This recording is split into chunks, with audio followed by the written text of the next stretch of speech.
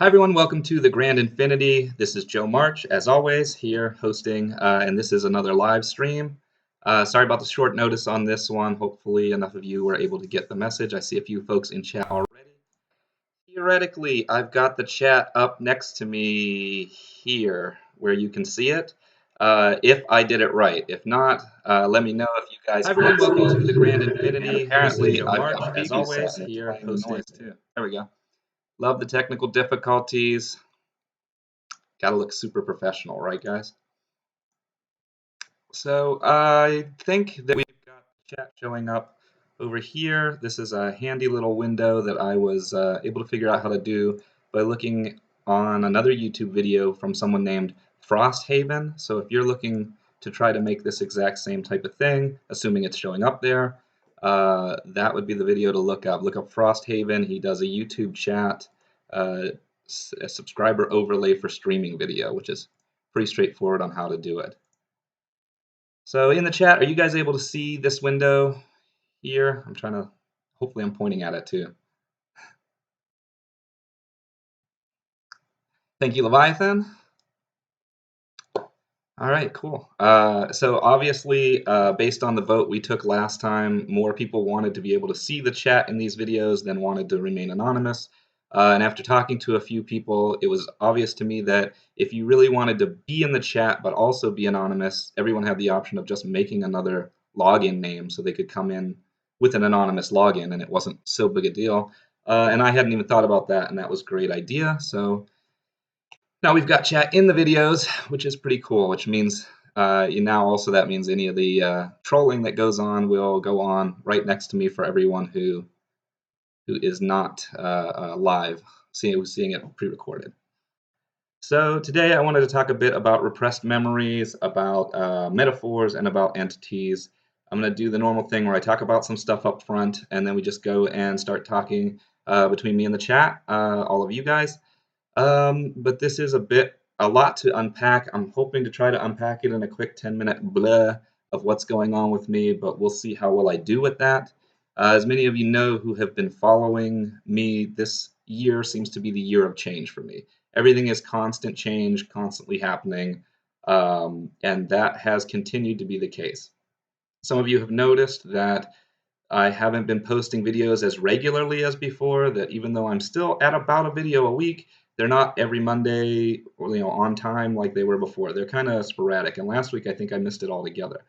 And this is just because of all the things going on in my life right now related to this exact topic that we're about to talk about. Many of you know also from the past, just as a quick recap, that I've been working with the Morgan lately, that back in March I had a situation happen that kind of changed some of my views on spirituality, and that I have come to start following a path that's a little more shamanic in nature, though I wouldn't necessarily call it shamanism. And the further that I've gone into this, the more I've been integrating my old ideas back in, the more it's just making a new, more solid base for whatever it is that I'm eventually going to view as the truth behind all this, I guess. And it's had me have to question all of my old beliefs, but all of my old knowings still turn out to be true. And I guess that's the good thing about actually understanding beliefs for what they are instead of assuming that beliefs are always right, because beliefs can change. So, oh, hi, who is? I know you were trying to I know you're trying to get into these live chats for a while, and this time you made it. It's good to see you. It looks like mind capacity is also going through some changes. Good to see. I guess I'm not the only one doing it. Yep, wisdom wizard. I understand that. I mean, I don't necessarily consider myself to have OCD because I don't have it full blown the way that someone who has, a doctor saying they have OCD has.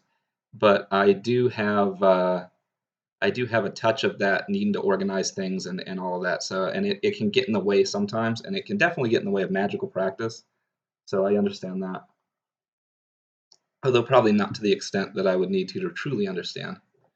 Anyway, so as I've been working on this shamanism type of movement, I've started doing what I believe is journeying. I'm hesitant to just say that I'm journeying now because it's only been a few months and I have been experiencing what matches up to what people call shamanistic journeying, but I'm not sure if I'm doing it all the way right or not. I mean, that's just something that has to happen as we go on, as we practice, we get a fuller picture of what we're doing right, what we're doing wrong, and how to adjust our practices. But I'm getting something out of it for sure.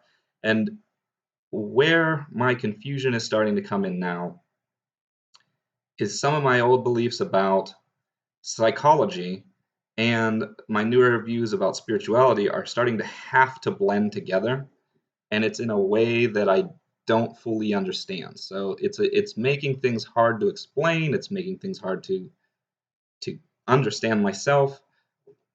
But for example, I am certain now that a lot of what I'm seeing when I'm doing this journeying is metaphorical. And I even did a video on imagination and how you can use your imagination to see sort of a metaphorical view of your subconscious mind. And this is inspired by this journeying that I'm doing.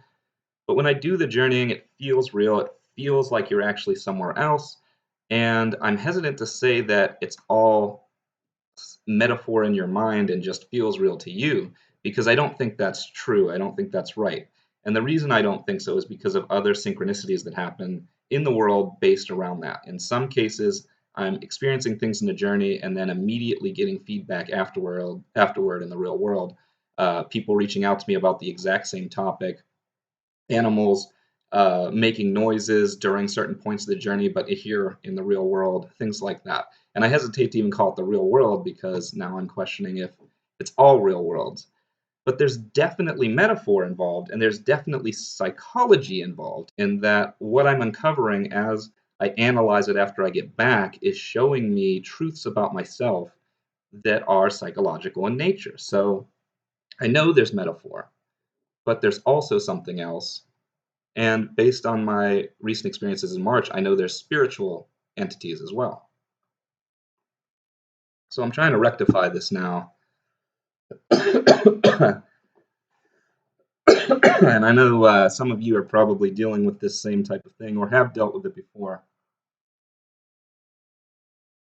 The mind wants to hold on to the idea that these two things have to be separate.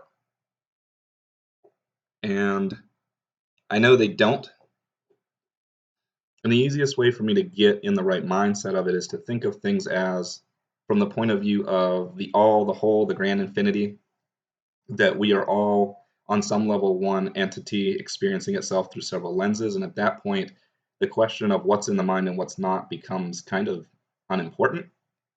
But that's so high level. That's such a high up there thought. It doesn't resonate so well with the day-to-day experiences I'm having. Like it can be, I can be like, oh cool, that's the answer. But it's kind of like, well, yeah, but functionally, how does that work? And that's what I'm dealing with now.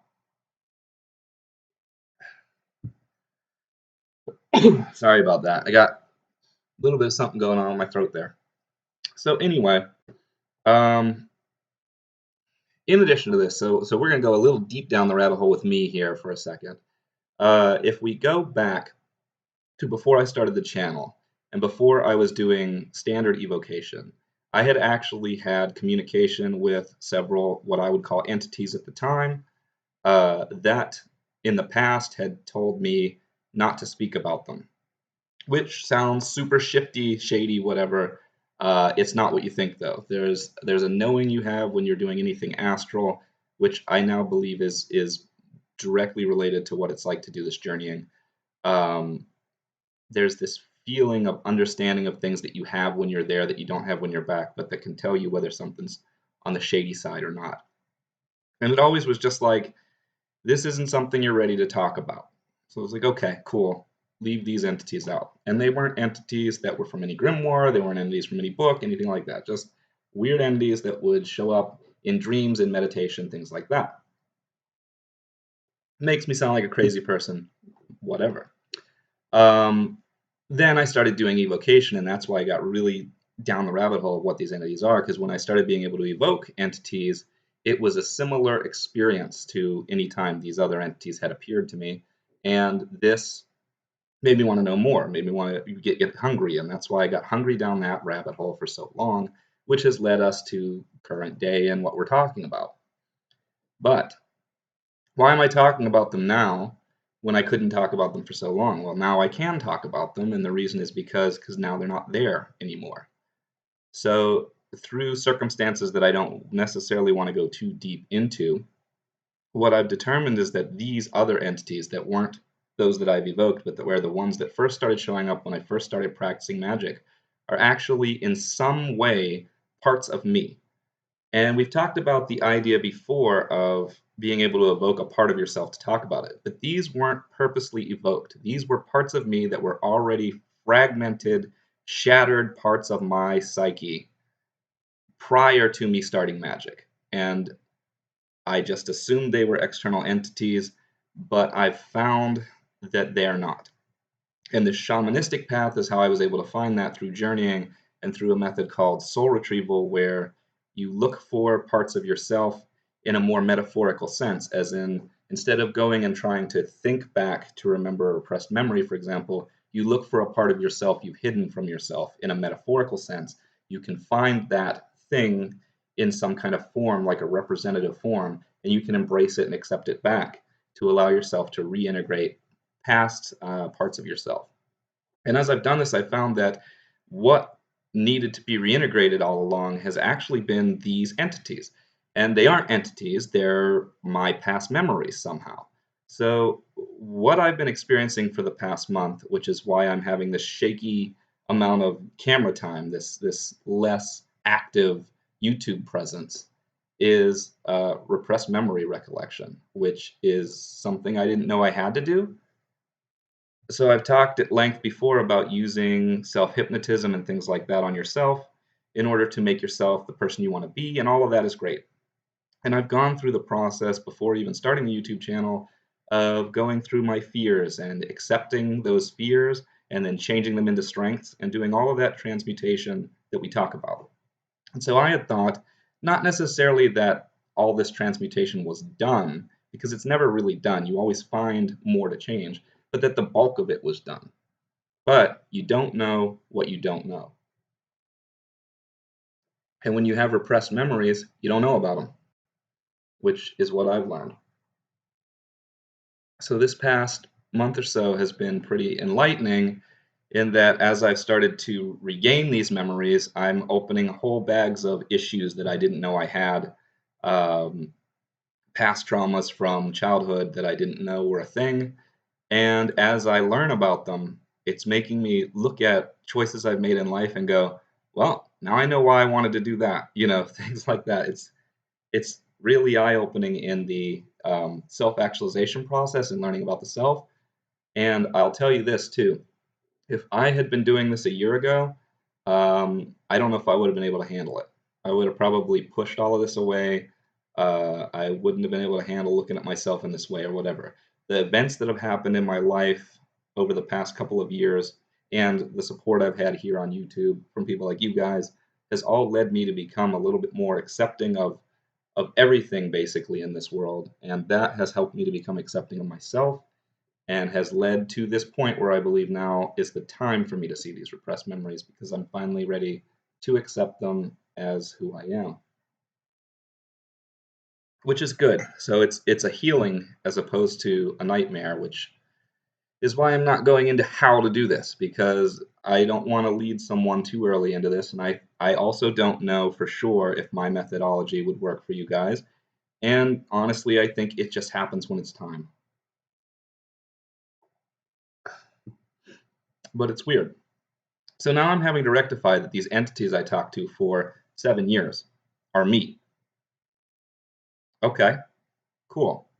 Makes me want to go back to the psychological model, except my recent experiences have proven to me otherwise that either there are external entities or these internal entities can have a direct effect on the world around us. Either one is supernatural as hell, for lack of a better way to explain it, and can't just be explained away by psychology alone.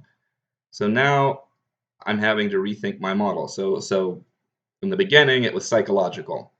Then it became spiritual as I had the experiences I've had. Now I know it's psychological and spiritual, which I've talked about conceptually before, but now it's kind of like, yeah, the reason you thought that is because this is coming on and happening to you right now. It's like, okay, I've got it. It's both, but I don't understand how it's both.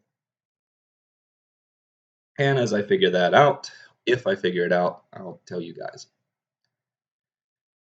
So it's been interesting. My videos may continue to be shaky as far as how often they come out right now, but it isn't anything bad, and it isn't anything against YouTube or anything like that. It's just a change is happening yet again, and all these changes are happening bam, bam, bam, bam, bam, bam, bam in a cycle right now. And it's like something in the universe said, "All right, you came to this point. You're ready for the big change that's going to show you who you really are."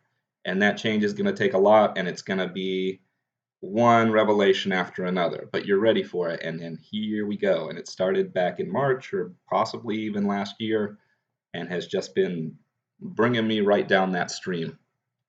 So that's where I am. And if you want to get there, if you want to do that too, I don't know if it's going to end in wonderful enlightenment or horrible tragedy. You never know. But if you want to do this too, don't ask me for a method. Just start practicing, and you'll get there on your own. There's something to be said about just doing the work. Um, so we've talked before about how the mind, the subconscious mind, works on metaphors. It speaks to you through metaphor, not through typical language. And I'm seeing that more with the way that this is working. I hesitate to say that these other worlds aren't real because they're metaphor, because I'm also starting to see metaphor show up here. If that makes any sense, things that are happening in my life here are starting to seem metaphorical in nature sometimes as well.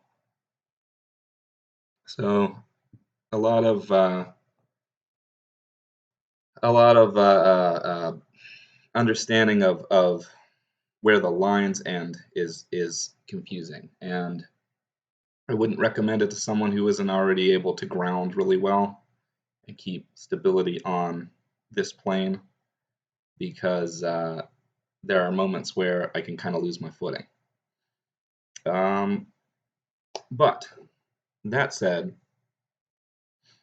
it seems to me right now, my working model is just be able to be like, okay, I'm going to accept this for now, but I just don't know. My working model right now is it seems to me that some of these entities are psychological. Some of these entities are external, and that's just the way it is. And some of these entities are both, and I can't quite fully grasp that, but the Morgan comes to mind. So I'm working with the Morgan, and everything that I can tell is that the Morgan is not an internal entity. It's an external entity working with me, sort of like a guide, but not exactly.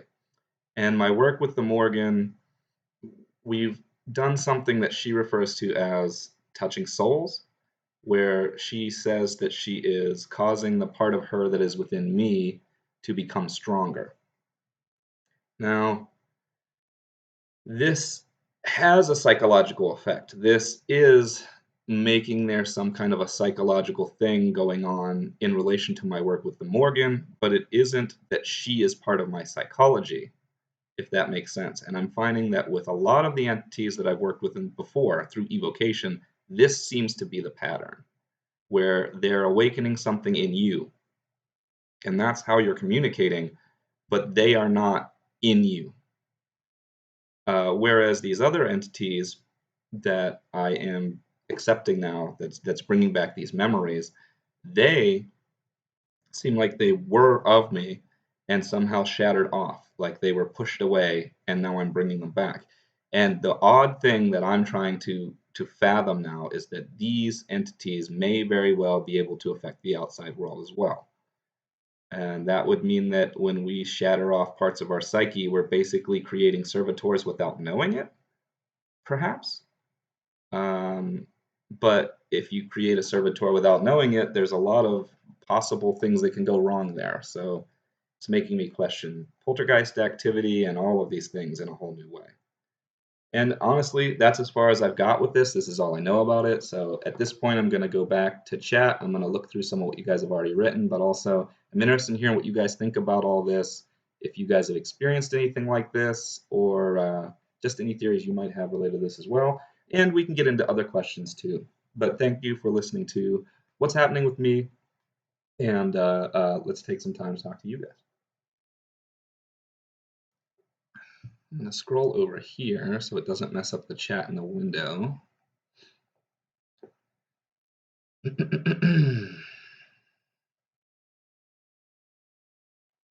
I had seen that far. He does well. Some people are asking about. I'm sorry, I don't need to do that anymore because we're not anonymous. Harpy's Feather has asked me, can you tell us about the changes in your life when you started to work with your goddess? Yeah, it's been faster. And so I was talking about how it kind of felt like it's time and everything's been going fast, fast, fast. What I neglected to mention there is that it didn't start going fast like that until I started working with her. Prior to that, it was just felt like me stumbling in the dark, for lack of a better way to put it. I've been using experimentation and the methods we've talked about, but the things that I'm going through now feel like they would have taken me years to do on my own, but she's kind of guiding me to them. So as soon as I get, and the reason it feels like I'm being guided is because I'm not getting a ton of these memories just coming at me or all of these entities showing up to me. It's one at a time. It's happening as I'm ready. It's like, okay, you just accepted this past memory as real. You spent a day to 2 days looking at your life from a new lens and have rectified that with yourself. Now, that's still a wound that's going to need healed for longer, but you're ready for something else. Here's another one. But it's spaced out like that. Like, here's about 3 days with one, here's about 3 days with another, here's about 3 days with another. Now, they're not presented like someone coming and presenting with me. I have to go decide to look for another shard. And so a part of it is me wanting to do this, me having the strength. And there have been days where I've said, screw this. I'm going to take a day off. I'm not looking for another shard today. I need a day where I'm not even going to meditate today. I'm not even going to do any of my normal work. I'm just going to relax. I'm going to do my normal 9 to 5. I'm going to come home and be with my family at night when I would normally do some of this stuff. I'm going to play video games or something. I'm done, and then the next day, okay, I'm ready again. And she's very comforting about that. There's this feeling when I think I just need a day that just comes over me that goes, that's fine. It's not a rush. And that's not from me because my personality is always a go, go, go, make sure you do things right personality, although that is changing now too.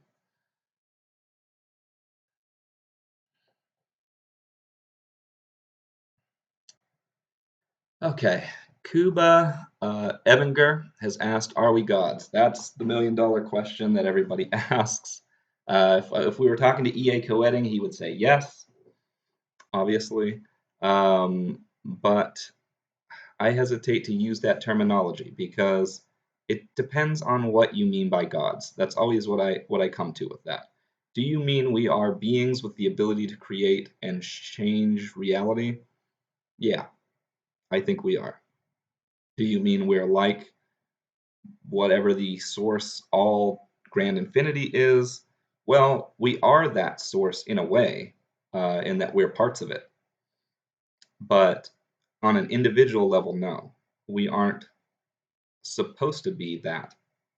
So I wouldn't say that we are that, unless perhaps we're like the children of God, as some people would say, small gods budding and learning to become gods.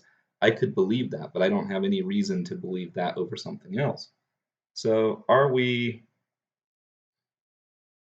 to use the Christian phrase, are we in the image of God? Yes, definitely. Are we God? I don't know.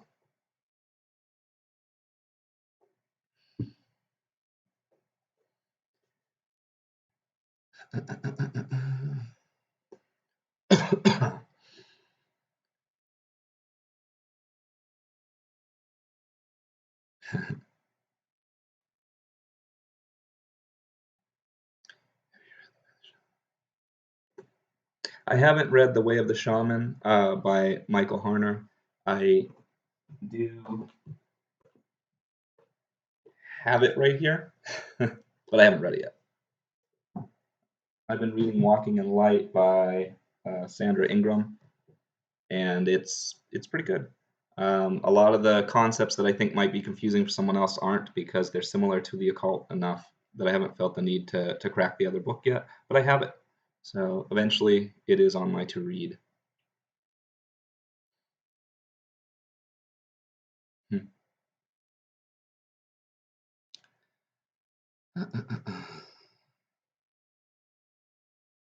Okay. Leviathan says, I feel like magic has almost made me paranoid because now I know thoughts have value and effect, so I have these repetitive thoughts as well. Yeah, that's something I'm trying to rectify now as well. The whole idea that we can think whatever we want because thoughts are private is in question to a degree. Um, I don't think that that means we should censor our thoughts, and I think it means we need to be aware of our thoughts. We need to give them um, more weight. In other words, if you have a thought that you wish someone harm, then decide if you really do right after you have that thought. You know, have the moment to go, oh, whoa, whoa, whoa, that's not really what I mean in your mind. Like actually decide if that's something you want to will into existence or not. There's nothing wrong with having the initial intent or the initial thought because thoughts are coming in and I'm not even sure. Well, that's going to make me sound even crazier. I was going to say I'm not even sure all of them are ours. Well, I know some of them aren't ours, which is just even crazier sounding. Um, but we're influenced, let's just say, by other things outside. So don't assume that just because you have a thought, it means you're wrong in any way, that you're bad. Uh, what makes you good or bad is, in the past, I would have said your actions, whether you act on them. But now I would say whether after you think it, you actually want it to happen, or whether you decide to let that go, to say no, that's not really what I want, something like that. But if you don't do that mental gymnastics, then you're allowing these thoughts to ruminate in your head. And even if it ends up only being a psychological model, you're feeding your subconscious these ideas. So, you have to become, it's tiring, but you have to become kind of the guardian of your own mind. I believe Frederick Xavier calls it that, something to that nature. You gotta guard the mind's gates, I think he says.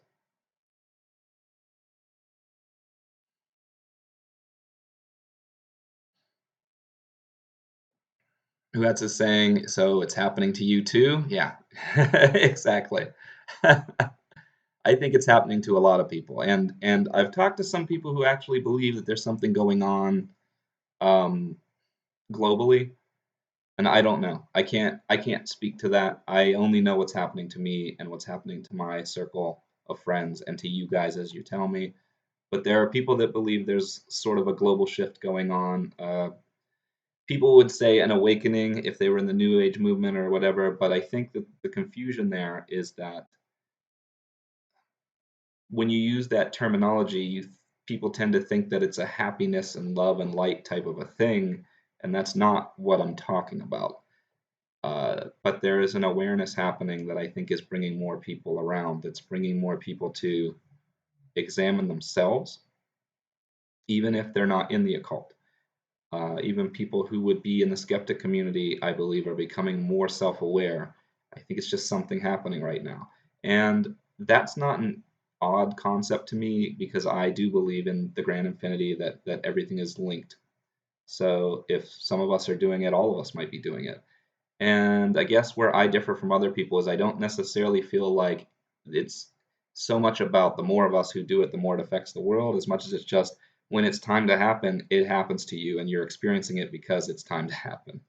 That sounds more fatalistic than I mean it because I don't actually believe that you have to choose to follow it. But I'd say the opportunity is happening to you because it's time, and then it's your decision to walk through that door or not.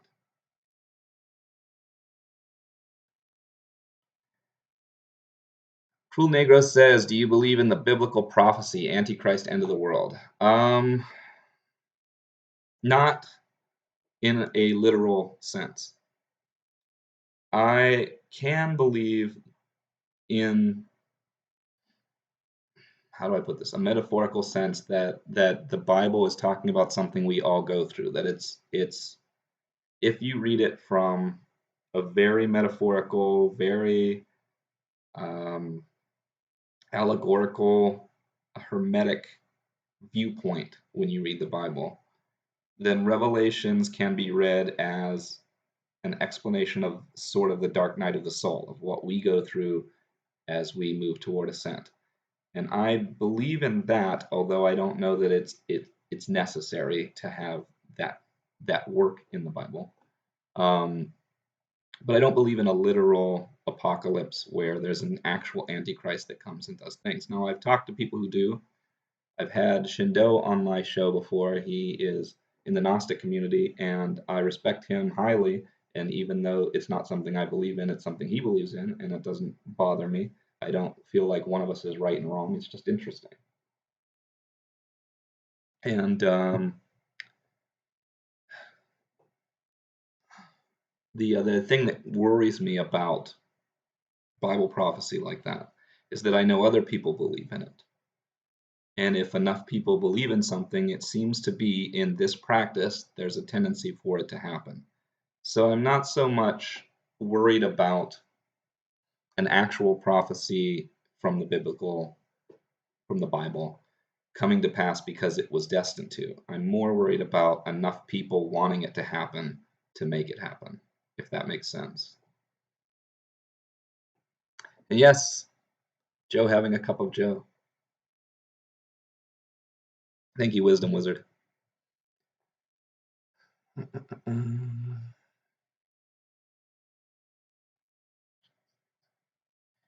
Free Willy says, Leviathan, you could learn to meditate and let go of your repetitive thoughts. It helps, but you don't become a master overnight, and even I wouldn't say that I'm a master of meditation.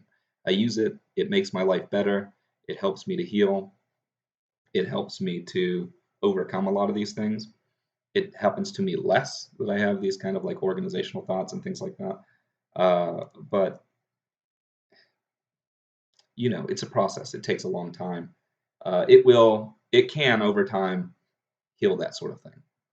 But don't expect it to happen overnight.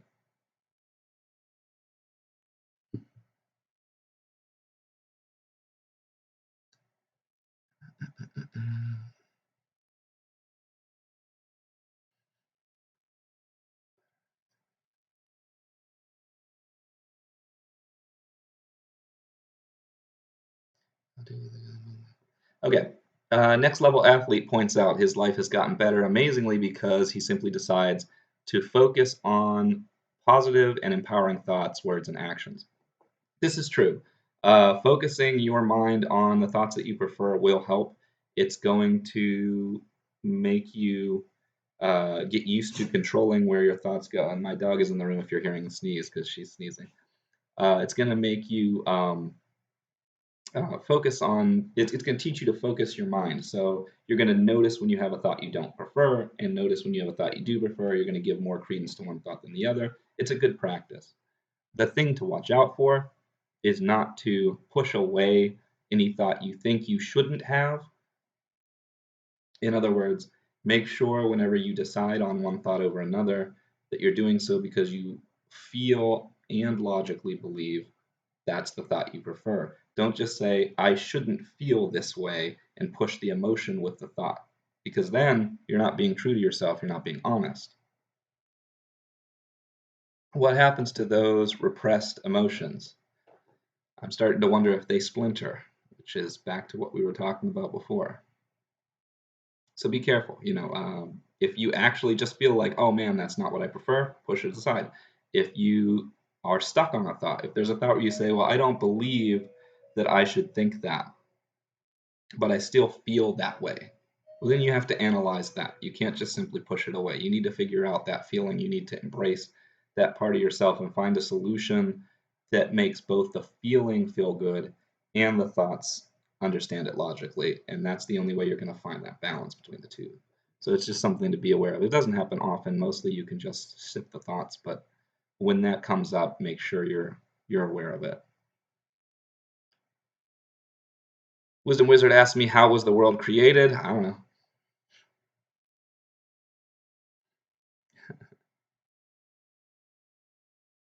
Wisdom Wizard asked me, can science and polytheism coexist? I think so.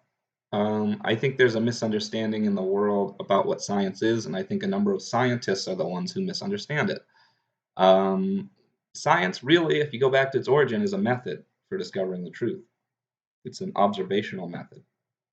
It's become something else. It's become almost a religion in recent years because people tend to say these theories exist in science, these laws exist in science, and thus there's our model of the world, which is exactly what people used to do with the Bible.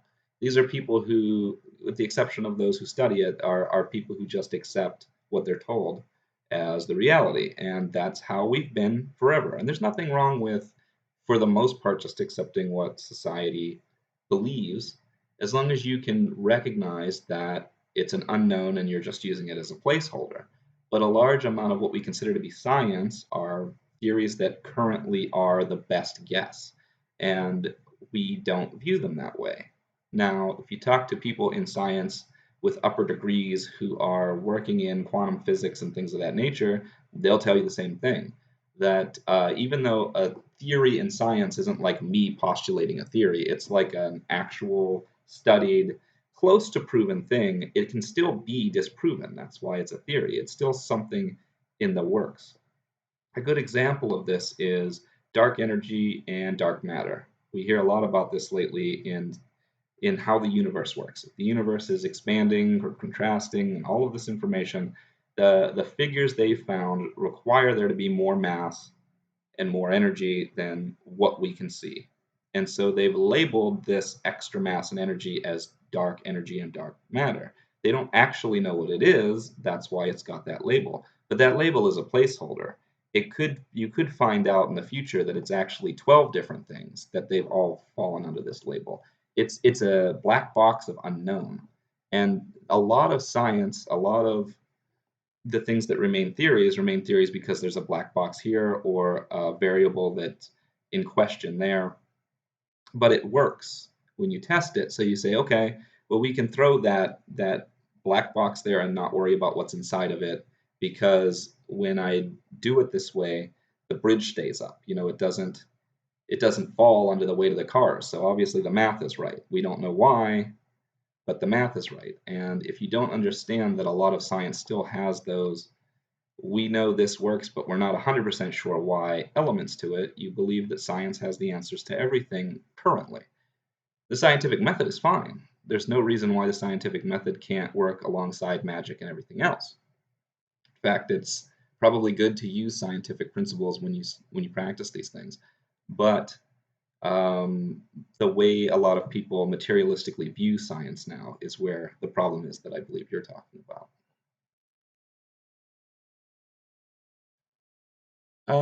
New Brew asked me if I finished all the Golden Dawn grades. No, I didn't. I did the primary ones, the ones up through Portal, and then I kind of skimmed through the rest because it gave me the understanding of the Golden Dawn that I felt I needed. I know people are going to be like, "Oh man, well you didn't really do it." Well, I already had my own practice prior to Golden Dawn, so I wasn't trying to become a Golden Dawn adept. I was trying to learn what the Golden Dawn was all about. So I did the first, I believe it's 5 grades, and the rest of it just seemed like it was teaching me stuff I already knew because I needed more of a foundation, which is why I did those grades. So I got what I wanted out of Golden Dawn. I guess that's the best way to put it. I still think it's valuable, and if you don't know that other stuff, then continue on.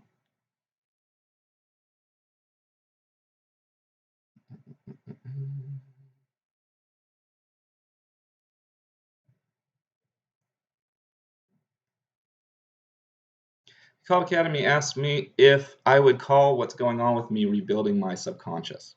Yeah, I think so. Healing maybe is a better way to put it, repairing my subconscious, or perhaps getting more in tune with it. understanding these holes within it.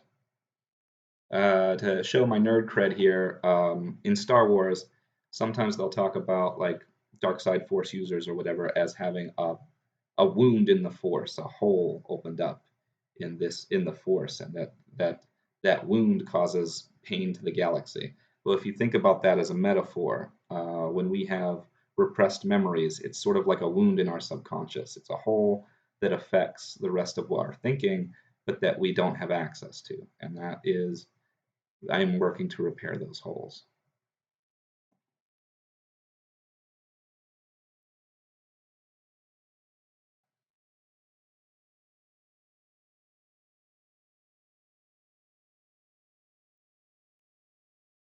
The next level athlete says that what I was describing earlier sounds like my mind having an effect on the world around me, honestly. And that's a question I've had too. This has made me question. So, like I said, I went psychological to spiritual and now to both. The both is making me question one possibility that all entities exist within our mind in some way, but that we go back to that communal consciousness thing where somehow we can share ideas, and thus in some weird way an entity can come to exist within the space between our minds. I don't know if that makes sense, but it's kind of where I'm going with it. And again, I don't know if that's true. I'm not trying to say this is my idea and this is what I think is true. It's just an interesting thought exercise. Is that just because an entity affects the world around us, it can show up to multiple people. Does that mean they're not our mind? Then welcome to my conundrum.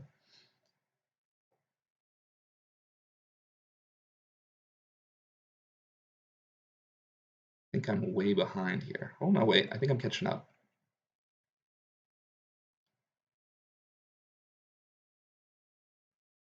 Right, and Robert Hopkins says, as a Slavic descendant, the entities we commune with are very real to me, in my opinion. And yeah, that's the problem I have with all of this is that when I interact with the Morgan, there is no doubt in my mind during the interaction that she is a separate entity.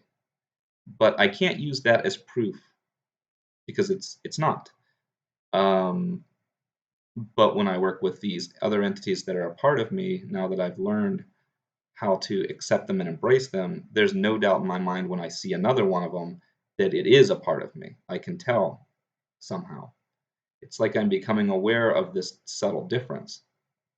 But that doesn't mean, for example, that the Morgan isn't a part of someone else's mind coming to communicate with me. But there's no reason to take it to that level either, because again, if we want to go on the Hermetic view, that on some level we're all one entity, there's no difference between whether it's an entity that we're making up with our thoughts or an entity that was born from its thoughts, the grand infinity. There's no difference between us and some psychological concept because we are psychological concepts of the grand infinity from that model. And that is kind of what's tripping me out without even needing any kind of drugs to trip me out, if that makes sense. Hey, Envoy of the Dragon.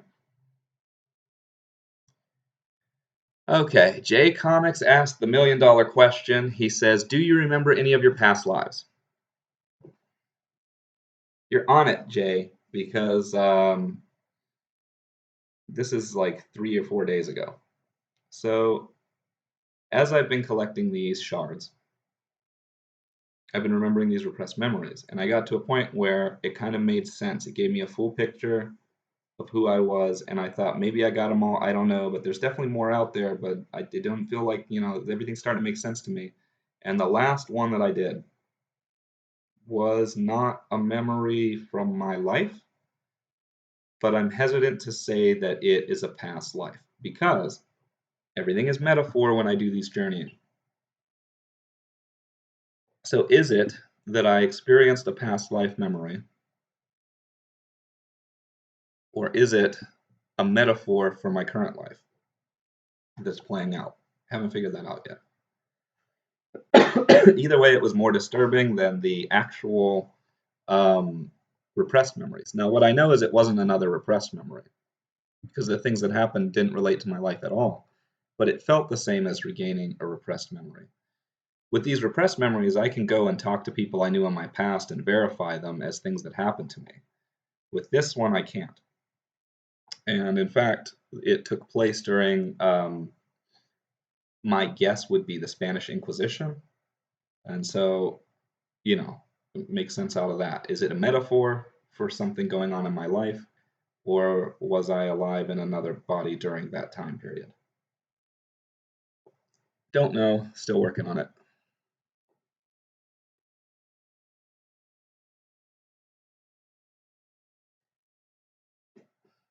I was asked if I've seen the new Stars show American Gods. I haven't. Let me know if it's good.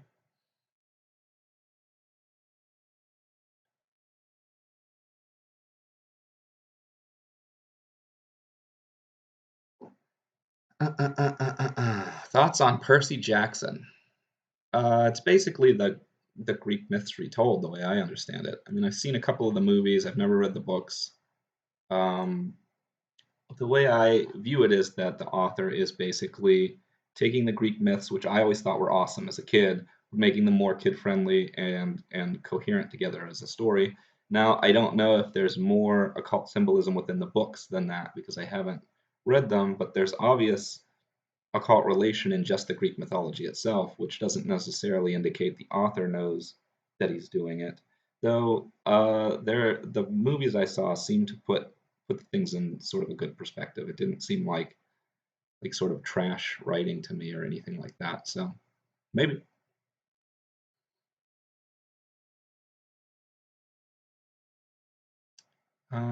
Does putting black blood on a demon sigil, such as Salos, activate him to help you achieve a goal? I'm not sure what you mean by black blood.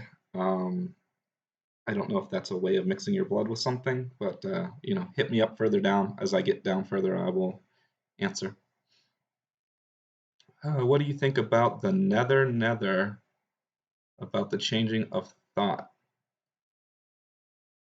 Not sure. Again, sorry, I'm just not sure what that question is asking.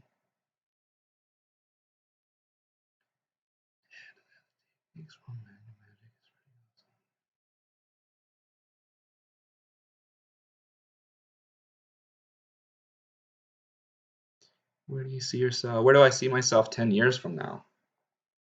That's something I'm asking myself right now. Um, it's like you guys are asking me specifically things related to what's going on with me, which is pretty awesome. The Morgan has basically told me that this process I'm going through is going to happen until July, and that at that point in time, I'm going to have to make a decision about my life that's going to change the way I'm doing things. But I haven't been given any other information other than that. And I've been instructed that I can't make any decisions about that until the time happens because I won't know what I need to know yet. So this is the type of fun you get working with a fate-based entity.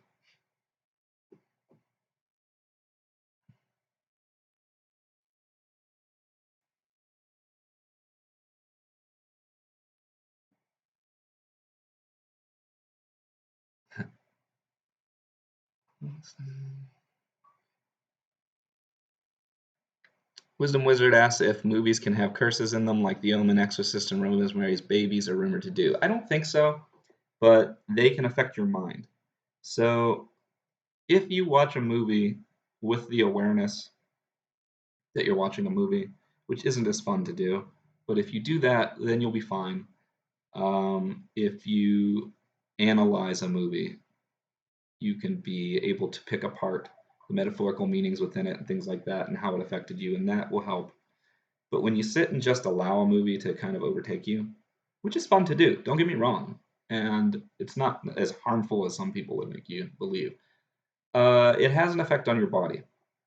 So if you watch a scary movie and there's a scene that frightens you, your body reacts as if you're actually afraid. Your heart rate increases, your adrenaline kicks up, your chemicals in your brain activate because your subconscious mind doesn't really understand the difference between when you're watching a movie and when you're in real life. unless you are actively paying attention to the fact that it's a movie or actively analyzing what's going on as if it's a story. So, this isn't necessarily a problem as long as you recognize that, and later on when you start thinking, oh, I feel the chills and I feel afraid even though the movie's over and even though I didn't think it was that scary, that is when you need to remind yourself that your subconscious doesn't work the same way as your conscious, and you need to think thoughts that will remind the subconscious of where you actually are and ground yourself back in reality, because you've basically taken it on an imaginary mental trip. So you have to be careful with movies in that way. Now, movies aren't innately bad. I don't believe they're purposely seeded to make certain things happen, but there are many stories of people who watch a movie and take an idea from the movie and it affects their life. Star Wars, for example, I'm a big fan of Star Wars. Star Wars has the Force in it. The Force is very much like the Grand Infinity. It's definitely part of why I like Star Wars and maybe part of why I like the occult. I'm not sure how intertwined those two had an effect on one another, but it gives me a window to talk about these things to people that may not otherwise understand it, at the very least, because they were able to embrace that concept in the movie, because watching the movie and not analyzing it allows them to accept the rules of a reality that's not necessarily our own. So, just an interesting little aside, I guess.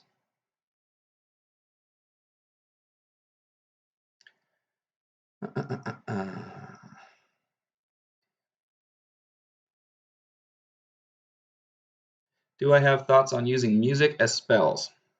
Yeah, it would work. Anything that you do that's creative will make your spell more powerful. So do it. Do I think that all music are spells? No, not in the sense that they're purposefully made to do something or have a result. But do I think that you can do that? Yes. Do I think there's a hell? Sort of. So again, when we talk about the afterlife, I can only postulate. I don't know. Nobody knows. But I believe that you go when you die to a place that represents where you needed to go next, or where you truly deep down believe you're going to go.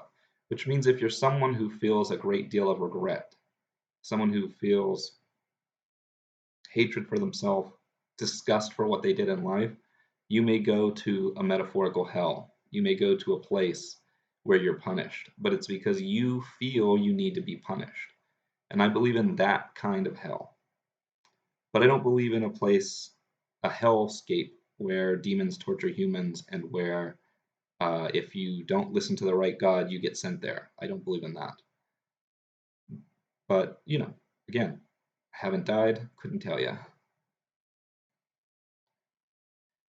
Have I tried Enochian magic? Sort of, but not really. I always find Enochian magic to be too complex. That's not a good reason not to do something, but when I'm getting results already from what I'm doing, it just seems overly complex to me. Excuse me. I've looked into it enough to know what it is. I've played with different grids, the earth, air, fire, water grids that you do in the Golden Dawn, but that's about as far as I've taken it.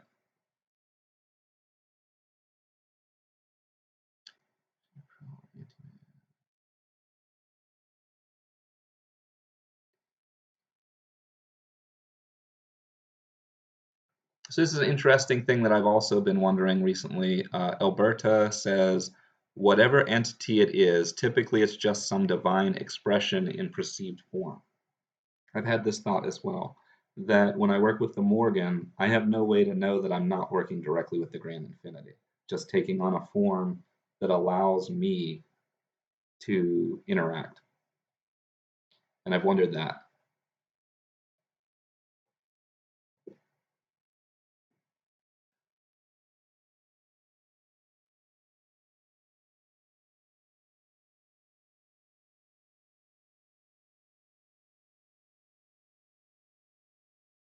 So the Black Tower says almost 20 years ago, They felt called to the Necronomicon, but after reading it, realized they didn't fully understand it, then spent the next 19 years learning ceremonial magic to understand it. Have you done anything similar? Yeah, sort of. I was armchair for a long time. I started studying magic and the occult when I was 16, but I didn't start practicing it until 7 years ago. Um, I had to be ready.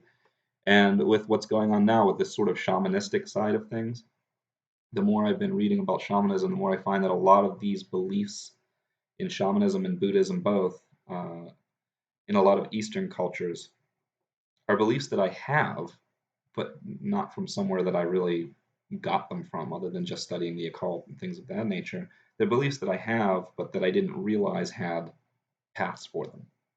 So it's kind of neat. Um, but I was never drawn to them until this point in my practice, and I don't think that I was humble enough for them until this point in my practice. So it seems like everything always just happens when it's supposed to happen, but that you have hints and guides to show you early in where you're going to go later. Again, that sounds kind of fatalistic. It probably has to do with the fact that I'm working with the Morgan. Everything seems to tie both fate and free will together when you work with the Morgan, as mind spinning as that can be.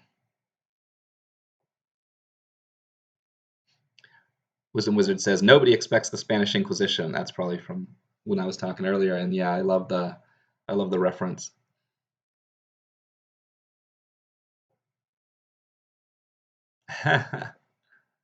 Beefeater says, "How is your life affected by our daily political turmoil? Have you taken the red pills lately?"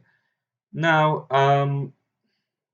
I was a little bit surprised by the way things have gone back during the election. I didn't think it was going to go the way it went, although Shindo, of course, predicted it.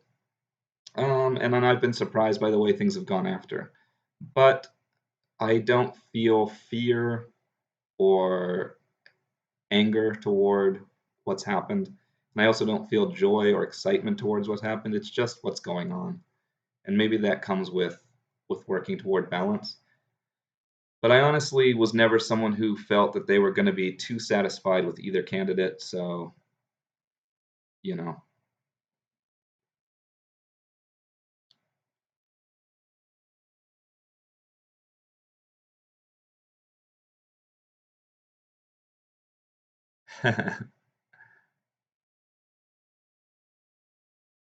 Man, Wisdom Wizard, you really are asking all the questions today. Are you sexually attracted to goddesses? Sure. Um, I don't think that's a strange thing, but I do have to specify that we're talking just about attraction. We're not going into deeper into that. We're just saying, do you get a feeling akin to that sort of attraction feeling you would have for a good-looking person of the opposite sex or person of the same sex, if that's your preference? And the answer is yes, I do on occasion. So it does have that effect. But once again, anytime you have the subconscious mind involved, regardless of whether these beings would be real or metaphorical in nature or both, which is what I really believe now, the subconscious mind doesn't differentiate that. It accepts them as real regardless. So it's going to react as if you've got a nice looking person of the opposite or same sex standing across from you, and it controls those functions. So yes.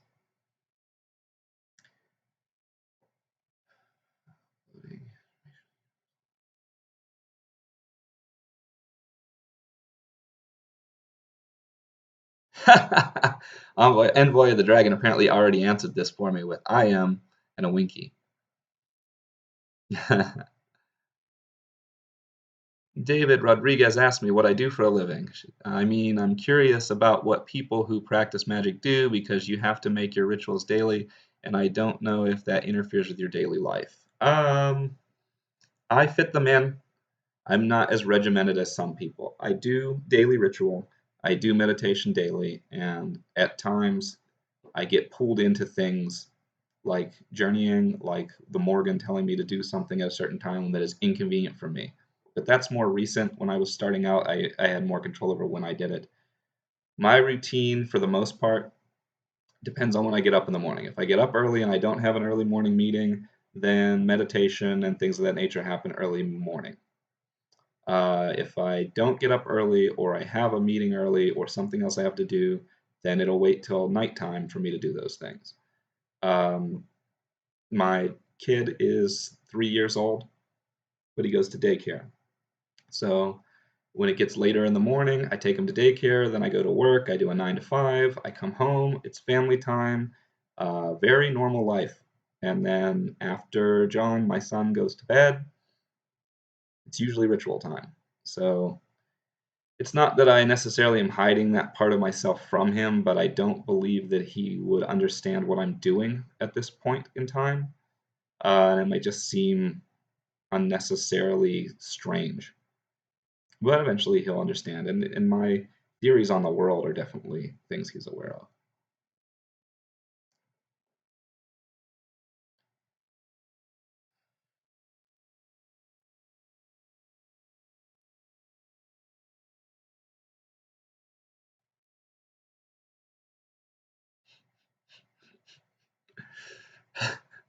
Wisdom Wizard asked me, "Would you rather?" I don't know who's watching, but I guess it's over here anyway, so I'll just say it. Would you rather fuck the vigilant Christian or blaspheme Ishtar? I'd rather blaspheme Ishtar because um, as much as I've enjoyed my work with Ishtar, um, I'm not a worshiper of Ishtar. I am someone who sees themselves as having worked with them. It's like having an ally. And so, depending on your mean for what you mean by blaspheme, but I don't have a religious tie to Ishtar, so that's a pretty easy out.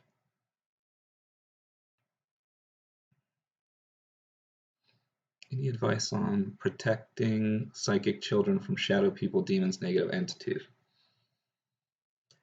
Aside from warding your house and putting a protection sigil on the room, I can't think of anything else. But we'll see. If my son turns out to be highly psychic, I might have to cross that bridge when I come to it. But I haven't had that issue as of yet.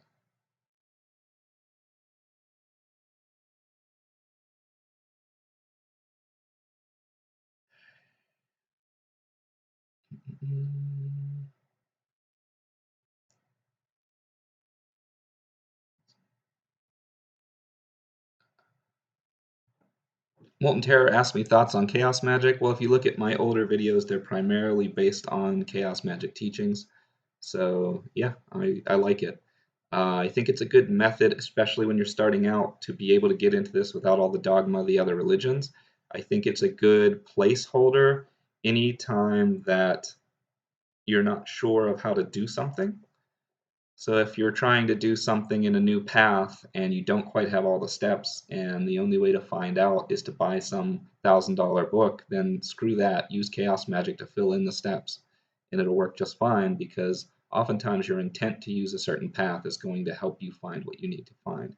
So chaos magic, I think, is a great tool for those people who already have a path, and it's also a great starting point for people who are wary of picking a path right away.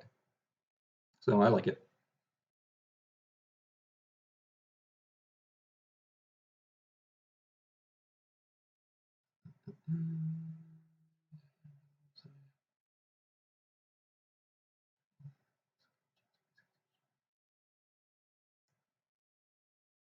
I'm being asked if I'm familiar with Alan Moore. The name rings a bell to me, but I don't remember it offhand, so I obviously haven't done a ton of research related to Alan Moore. Um, I recognize the name though, so I'm sure it'll either come to me later or not.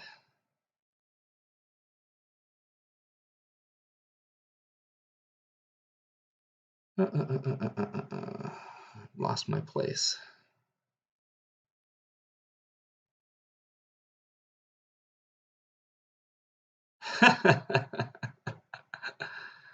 Do I intend to teach my children about the grand infinity and raise a psycho toddler? Sort of. It's odd having a kid and understanding things about humans that you wouldn't understand if you only dealt with adults. If you're someone who has kids, you know what I mean. You learn more about yourself and about how psychology works by watching kids than you ever going to learn by dealing with other adults. Because a lot of things that you think, oh, well, I'll just do it this way, it doesn't work that way. For example, I could say, I'm going to wait until my kid is old enough to make these decisions for himself. And then I'm going to present all the religions and everything else and just let him decide, which sounds great, except that's not going to work because my life is related to this. And if I was to hide it from him the whole time, I'm hiding a part of myself, which isn't fair to him. Also, he comes in my office, he grabs the books off the shelf and goes, Daddy, what are these scary pictures? And turns around a picture of a sigil. I'm like, John, I told you not to play with these books. So it's not like it's going to be so hard for him to figure out what I'm up to. So it makes more sense to keep him in the know, but I want to try to make sure not to indoctrinate him because my entrance into the occult was a personal choice, and that's part of what made it so powerful for me. I don't want it to be like a religion. I don't want it to be something where he thinks that's how it should be because that's what daddy does. That's a hard tightrope to walk, but I'm trying. Hopefully, I'll succeed. Hopefully, I'll be able to explain this is what daddy believes, but we don't know, without that just completely confusing him.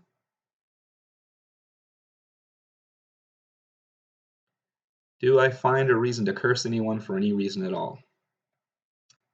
Sort of. Um, I have done it before. I have inadvertently done it since the time of thinking I wasn't going to do it anymore because I've done things that I thought, oh, this will be better for the planet, and later realized that doing it meant cursing somebody. I didn't even think of it as a curse. That's one of the reasons why I react the way I do when people talk about baneful magic. People will ask me about things like love spells, and I'll say, you know, that's baneful if you try to make someone else fall in love with you. Because things that you might think of as positive emotions can still be baneful. Attempts sometimes to change the world, even for positive effects, if they are affecting who lives and dies in other countries and things of that nature, can also be curses and can have effects you don't foresee. I'm not saying that I've done anything on that grand a scale, but I have definitely inadvertently cursed people I didn't mean to and regretted it.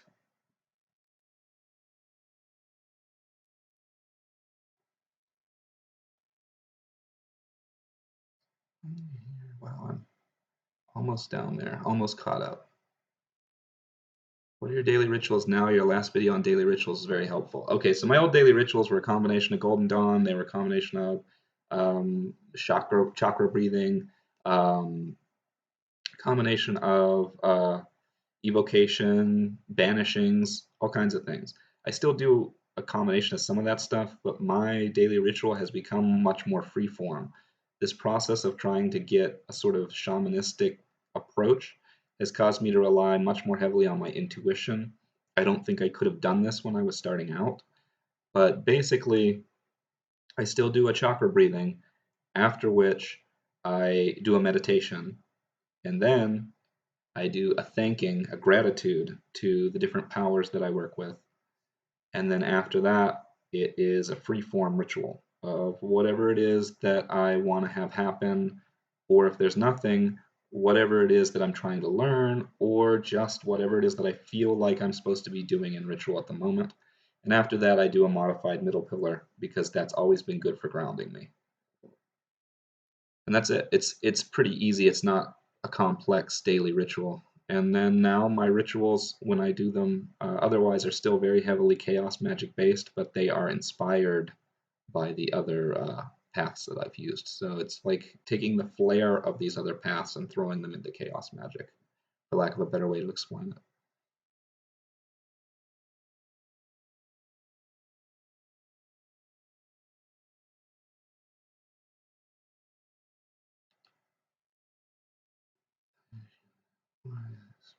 Honestly, oh man, this thing keeps jumping every time I try to scroll.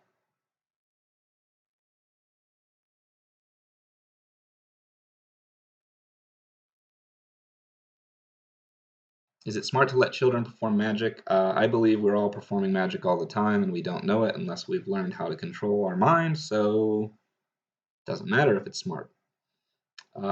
Is it smart to teach them to control their mind? Yeah, but you don't have to do it in a way that explains magic to them right away. You can just help them to understand critical thinking skills, and that's going to take them a long way later on. And then make it so that eventually, if you do introduce them to magic, it's not some out of the box, not the way they thought of the world type of thing.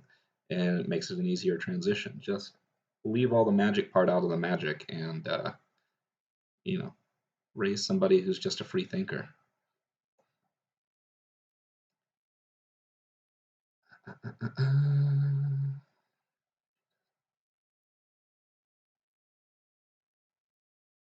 Wisdom Wizard asks, can animals do magic? I don't know.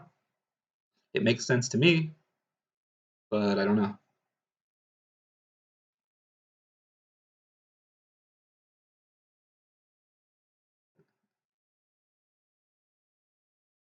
Black Tower asks, what are my thoughts on empaths? There's a lot of people who are faking it, for sure. And it makes me skeptical. But at the same time, I know for a fact that entities like the shards that I had came up when I was talking to another person that I work with who is also a practitioner, and I had never told them about them. And they came up in a way of being able to hear them speak to them. And what they gave me was accurate information about myself that I had also never told them. So even these psychological entities, I know enough for me, though I don't have any proof because, again, it's not a recorded event. It's not something I could prove to you I'm not making up. I know that even these psychological entities can be experienced by people that aren't us, which is why I can't just go full psychological model with nothing else to it anymore. And so as a result, when you ask about empaths, well, that happened and that's pretty close to the ideas of anything psychic. Now, if we want to get specifically with empath as in an emotion reader, I have a touch of that myself in that if I'm around people who have a certain emotion, it kind of bleeds onto me. It kind of affects my emotion and I can mistake it for my own. But I think that has to do with being open emotionally. I think that's just something that all of us have, that as we become accepting of our own emotions, we start to pick up other people's emotions, and it's a new challenge that you just have to come to accept. Although I've heard of natural empaths before, I can't say one way or another if it's a real thing or not.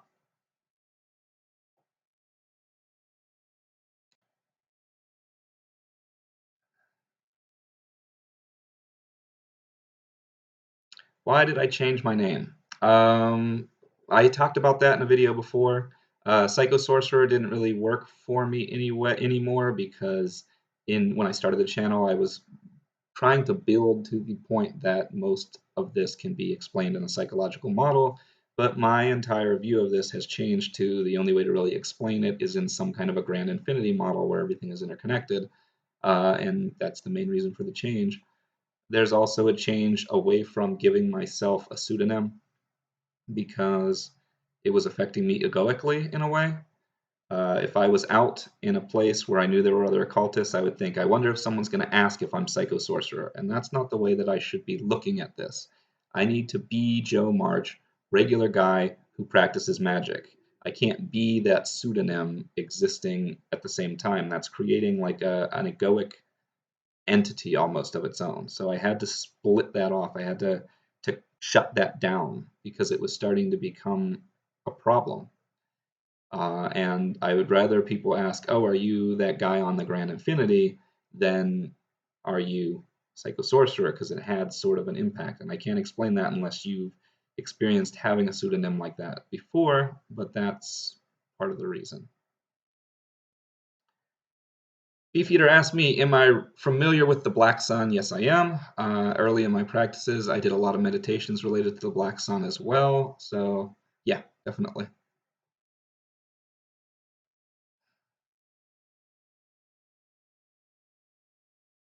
David Rodriguez is asking the Occult Academy, who is a friend of mine actually, uh, if doing the Lesser Banishing Ritual of the Pentagram in different places is a problem, and the answer is no. because it's mostly about doing it for you.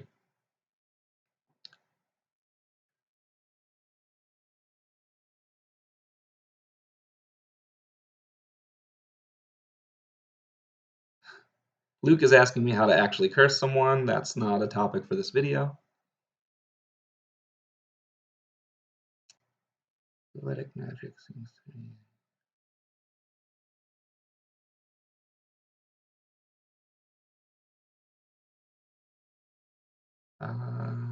Durian is asking if EA co-wedding system of evocation could be a good system to start. Sure. His system, I've seen it. It's pretty much, to me, a combination of sort of the goetic style mixed with chaos magic, which is similar to what I do. It's very close to how I do it. And so I would say, yeah, if you want someone to give you a really in-depth training course, his training course will actually teach you fairly well how to do it. Just keep in mind that you don't have to evoke the same types of entities that he evokes using that system, and you know, use your own intuition to guide you in how to change and alter that system if you have to.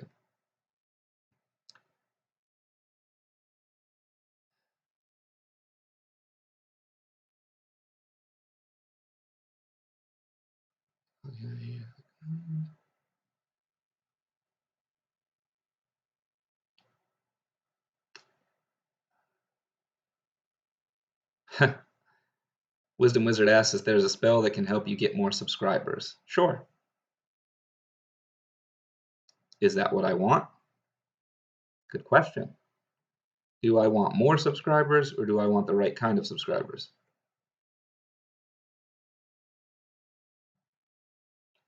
I think the spells that I did were the right kind. Let's just put it that way.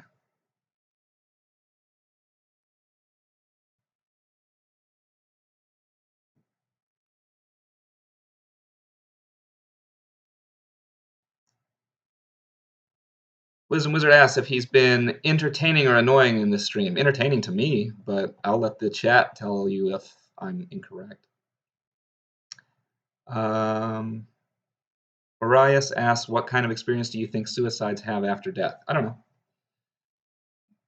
My guess would be that it would be more likely to be a negative experience because most suicides don't happen if you love yourself. But not all suicides fall under that situation. So I hesitate to say suicide is the deciding factor. It's more about who you are at the time of death, or what you were here to learn, if you believe that's an actual thing. But I don't believe that wherever you go when you die is permanent either. So you might have, if you try to take a shortcut out of life, you may find a long, hard road ahead that you didn't expect. But you might not. It really depends. And I don't believe that people who do it are wrong or bad in some way either, because it's just, it happens, and we all know people who have done it. Many of us have relatives, and it's a hard thing. Maybe even harder on those of us who they leave behind.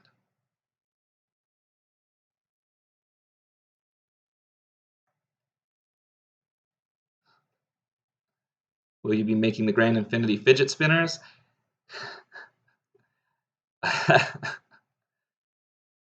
I don't know. If I made fidget spinners, would everybody buy them? Maybe that's a new source of income for the Grand Infinity.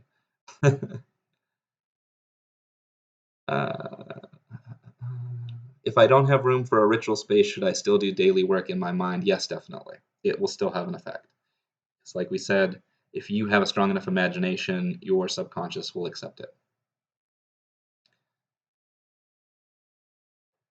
Advice for fear during near astral projection. I have this problem also, but for me, instead of fear, it's excitement. If I actually feel that vibration that starts up right before you astral project, I get like, yeah, here we go, and that stops it. So I have few and far between astral experiences. Sometimes it works. I guess I don't have great advice, just sympathy. You think there's a negative energy and positive energy in and around us, or is it neutral and we give it the charge? I think it's neutral and we give it the charge, yeah. Can entities from different grimoires be summoned with a simple system of evocation without compromising sanity and family life? Using same symbols but not fixing to a particular system. Yes.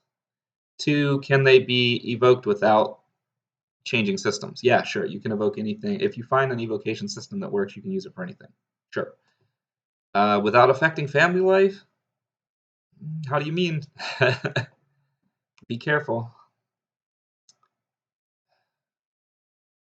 Uh, what fantasy series is the most accurate when it comes to magic? I'm not sure. I enjoy a number of them, but I find a large number of them have a little bit of some real occult information in them or a real knowingness to them. But I haven't really come across one that where it just felt all right. It's just sometimes there's something like, haha, that's really cool.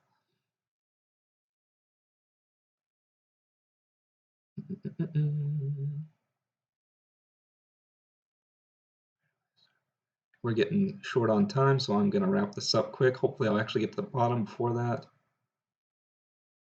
Have you ever done CE5 evocation with ET entities? No, I haven't. Although I am interested in people's results if they've tried it.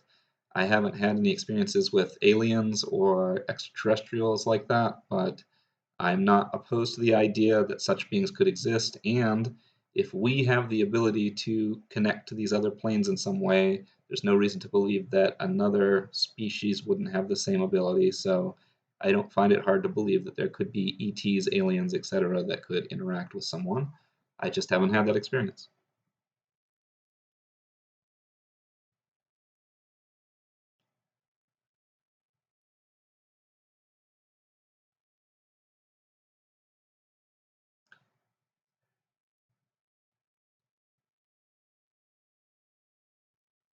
Um, Ilko asked me if I stopped left-hand magic after what happened to me. No, I wouldn't say that because I don't view left hand and right hand as good or evil. I don't view them as having a negative versus positive connotation or things of that nature. So I still do what people would consider to be left hand. I still do what people would consider to be right hand. I've always considered myself in the middle of those two paths and still do. But now I am, I would say in the past I was middle leaning left, and now I would say I'm middle, if that makes sense. I accepted more of the right philosophy than I had before, but I think I had been ignoring that bit of balance that I needed to be in the middle.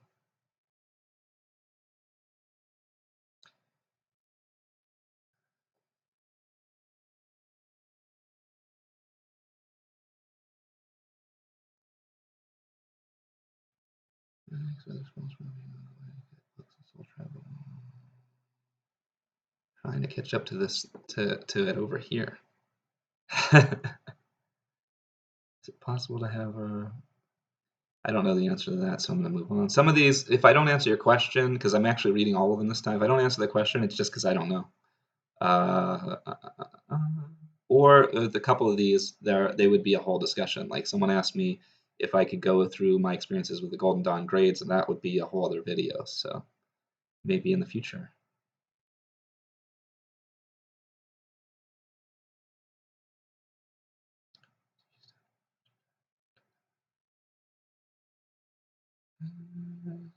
Super Smash Brothers Brawl game. Thank you for all your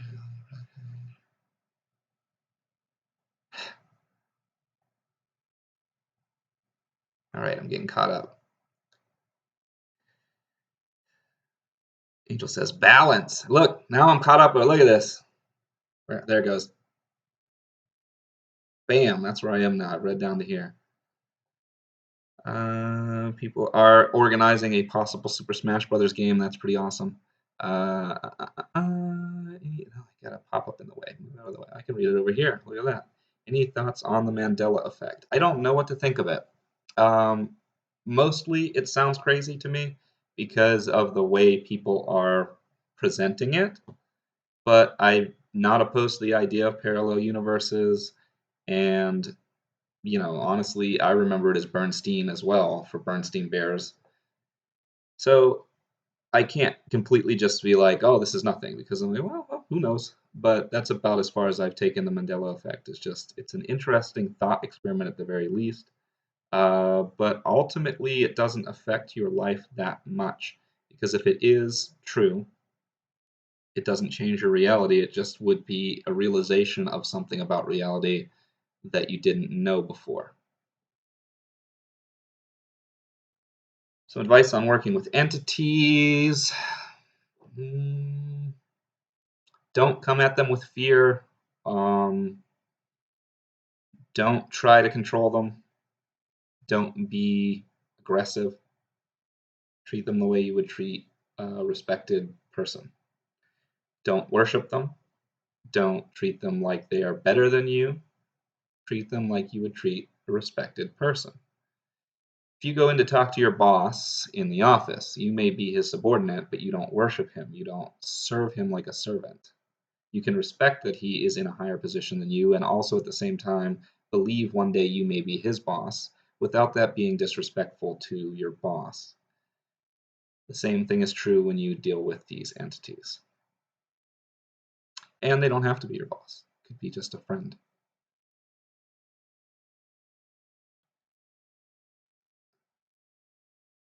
It's gone off the screen again.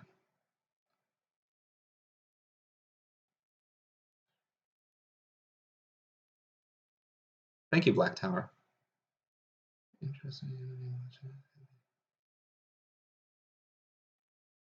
Angry video game nerd taught me of the me. That's funny. Of the Mandela effect, right? Oh yeah, I guess he did do that video. I'm also a fan of Angry Video Game Nerd, so yeah, that's a good reference.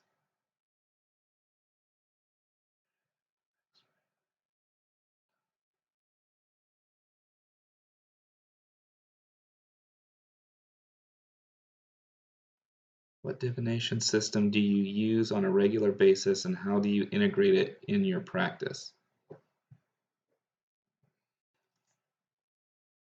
Tarot, but I don't use it the standard way.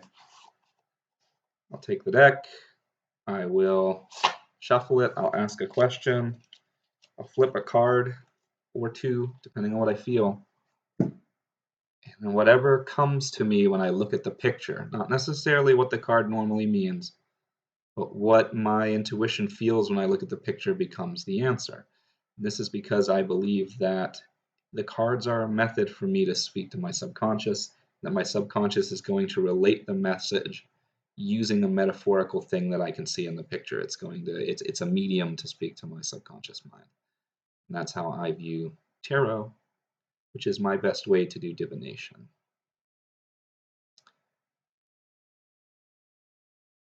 Of course, that doesn't lead me to be able to do tarot for others very well, because that's not the method I use. So it's a little different. So I'm not doing readings for other people, but I know people who do readings for me that are excellent. But that is my own private stash of individuals in my circle.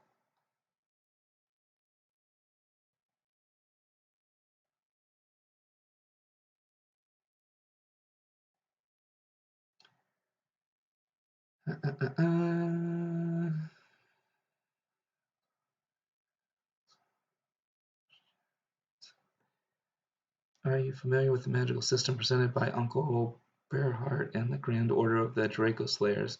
I have seen some videos on that, but I haven't tried it, so I'm not sure. I don't have an opinion on it.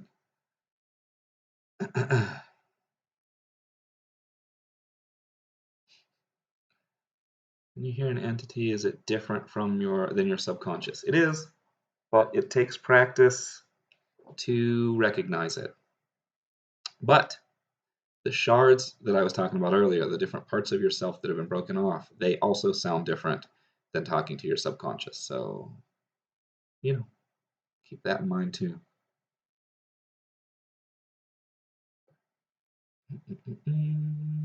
Tell me a magic system.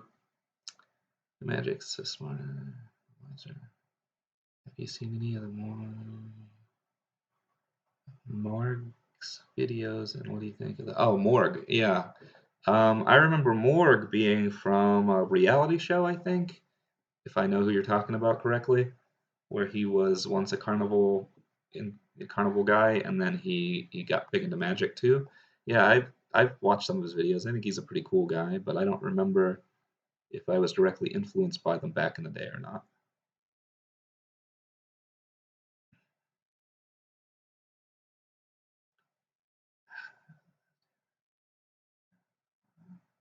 I hear a lot of people talking about different techniques. That's good. So, I've got a couple questions here that again I've been skipping just because they'd be too long, and I'm trying to wrap up in a moment. So, this question about different techniques, specifically after making a sigil, I could talk about that probably for a half hour. So, hopefully, I remember to rewatch this and take some of this as content to make later. Next Level Athlete says, "Let's get Joe on the Joe Rogan show." I actually do enjoy occasionally watching the Joe Rogan show, so that would be pretty funny. Although I don't know if I have the stamina for the type of the heavy doses of weed smoking that sometimes he and his guests probably do.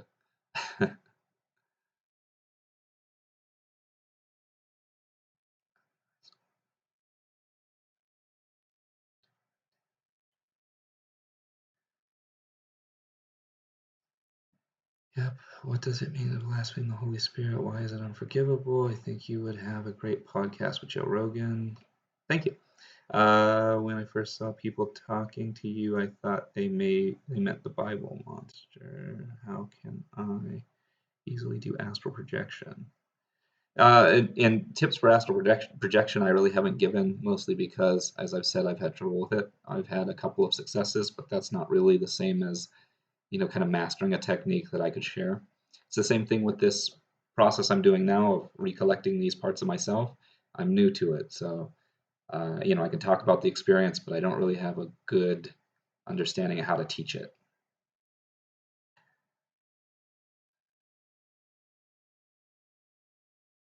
Ant Knight asks if this is really live. Yes, Ant Knight, come on. That's the answer you want.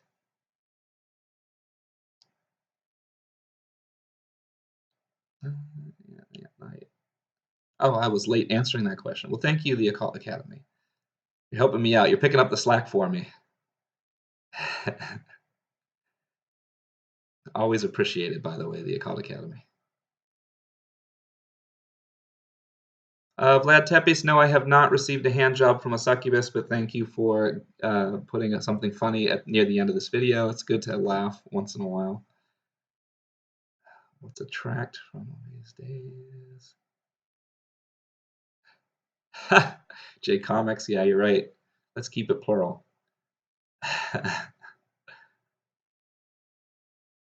What do I think about using songs when doing a ritual to trigger emotion? It works. If you know that a song triggers a certain emotion and you want that emotion during ritual, then use it. Just make sure you pre-screen any song you're going to use and you know how it makes you feel and what it makes you picture, and make sure that that aligns with your ritual. Otherwise, you're going to put other emotions and thoughts into something you're trying to do. But yeah, definitely. Jack Palmer wants to be my best friend. You can definitely be a friend. I don't know if you can be my best friend. That takes a lot of work and effort and loyalty. No, I'm just kidding.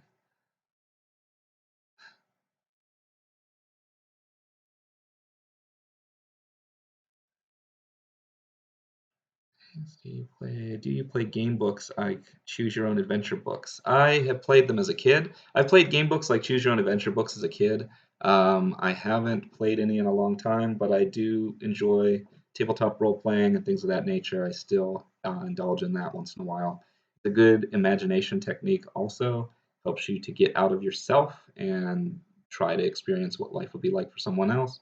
Any kind of role playing or um, what is it called when you're on stage? I don't know why the word is missing. When you're on stage and you act things out, improv. Any kind of improv or role play is going to help you to get outside of yourself, which is going to expand your understanding of other people, and that can help lead to some of these same revelations without even having to do magic. So, I think part of the reason that role players are attracted to the occult is because a lot of role play is set in a world setting that has occult themes, and b the very act of participating in role play is an act of getting out of your own head, which is in a sense similar to meditation, similar to those sorts of things.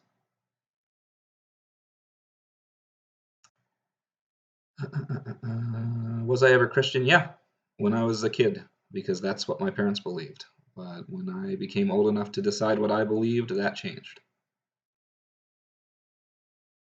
Have I tried to earn money with magic? Yeah, and it works. Now, if you're talking about using this platform as a way to make money instead of working a 9 to 5, I haven't tried that, but that's just because I don't feel a draw to do that. I believe it could be done, but that's a whole other it's a whole other life that I'm not sure I want to undertake.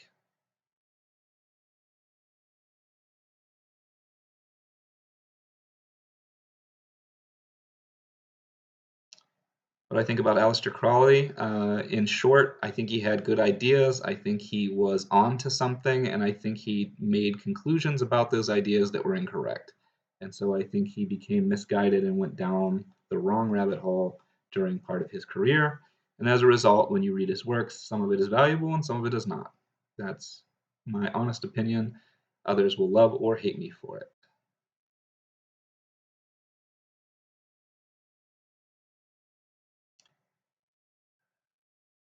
About the fitness videos, yeah, I hit my goal weight and I am at it now. I've been at my goal weight for a few months now and I've been able to maintain, and that's been the practice I've been keeping up. Although I have started doing a little bit of weight work at the gym instead of just cardio. It's nothing that's heavy bulk type of thing. I'm not trying to bulk up just because again, that's not the persona I want either. But I am doing weights for the purpose of being healthier, of increasing my core, things like that, and that might affect how I look in the future. We'll see. I'm going to skip down because, again, I am right at the end of when I'm about to have to go. Uh, do I chant? Yes, I do. I don't usually tend to use chants that are pre existing in the way that, for example, sutras and things. I have done that in the past, but now I just intuitively chant whatever sounds come to my mouth, and I find it has the same effect as long as my intention is focused on what I want to do. Not that that is the best way to start out, because if you want to understand something, do it the old way first. Understand why something works before you meddle with it.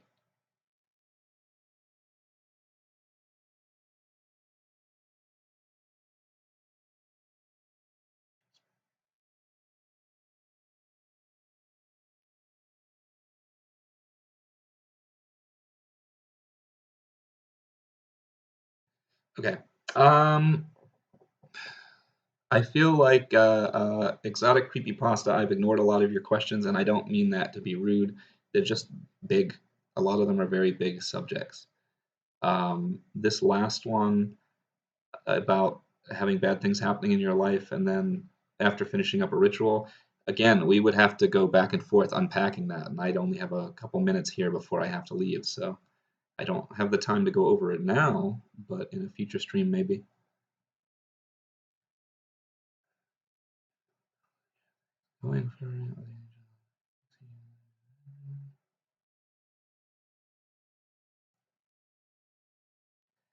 Is there a way to private message me? Yes. My Facebook page is always linked in the description below every video. That Facebook page has a private message feature. If you choose to private message me through Facebook, I'll see that. I actually respond to that more readily than any of the YouTube comments or anything else. I'm behind on YouTube comments by, I think my inbox says I have 99 unread YouTube comments. So I can't keep up with my YouTube comments, so sometimes they just go unanswered. But in Facebook, I'm pretty good about answering those private message conversations. So if you have something you want to say to me that you don't want blasted out in front of everyone, go ahead and private message me. And I mean, Exotic Creepypasta, you have a lot of questions going on too, so if you want to reach out to me that way, that would work as well. I'm definitely open to talk to people offline. Jessica Dodge asks if I can say hi to her son. He's been bugging the whole stream. His name is Darren. Darian? Darian? Uh, either love your channel. Hi, Darian. Hope you're having a good time.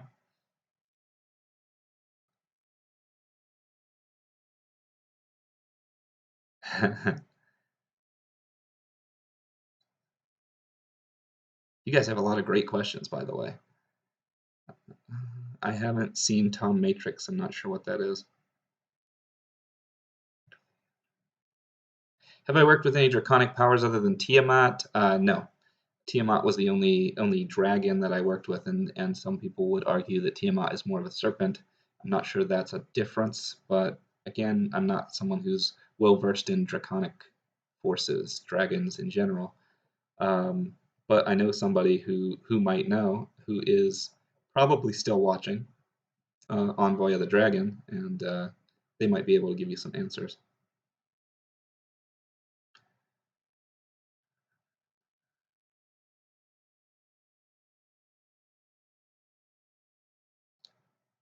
Okay. I think that's all I've got time for today. I do appreciate everybody jumping on here. It was fun. I actually tried to keep up with all the questions. There's a few of them I'm sorry I skimmed. I really feel bad about just skimming over some of these questions, and a large number of them, like I said, were because they would have taken up the whole stream. And some of them I just didn't know. Sometimes it's a question I just don't know the answer to.